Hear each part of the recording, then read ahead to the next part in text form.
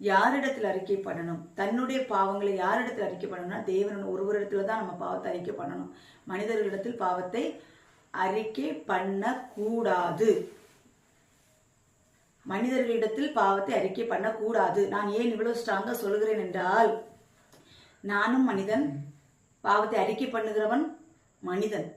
நம்ம பண்ற பாவத்தை வெளில போய் 4 பேர்கிட்ட சொல்லிடுவாங்க.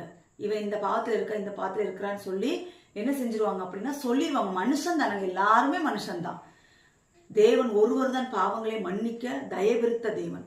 அதனால கர்த்தருடைய பிள்ளைகளே, தன் பாவங்களை யாரிடத்தில் அறிக்கை செய்யணுமா? தேவனிடத்தில் பாவங்களை அறிக்கை செய்யுங்கள். அவர் நம்மளுடைய பாவங்கள் எல்லாம் மன்னித்து நம்முடைய அநியாயங்களாம் நீக்கி நம்மை ரட்சிப்பதற்கு அவர் வல்லமை உள்ள தேவன், உண்மை உள்ள தேவனாய் இருக்கிறார்.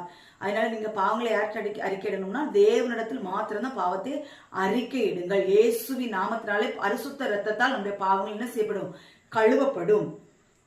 அதான் கர்த்தர் அழகா சொல்றாரு, தன் பாவங்களை மறைக்கிறவன் வாழ்வடைய மாட்டான், அவைகளை அறிக்கை செய்து விட்டு விடுவன இரக்கம் பெறுவான். அறிக்கை பண்ணுங்க, பாவத்தை தேவ சமூகத்துல அறிக்கை பண்ணுங்க. அறிக்கை பண்ண பண்ண பண்ண ஒரு விடுதலை கிடைக்கும். கர்த்தருடைய பிள்ளைகளை இல்லாத வரைக்கும் நமக்கு என்ன செய்யும்? பாவத்திலிருந்து ஒரு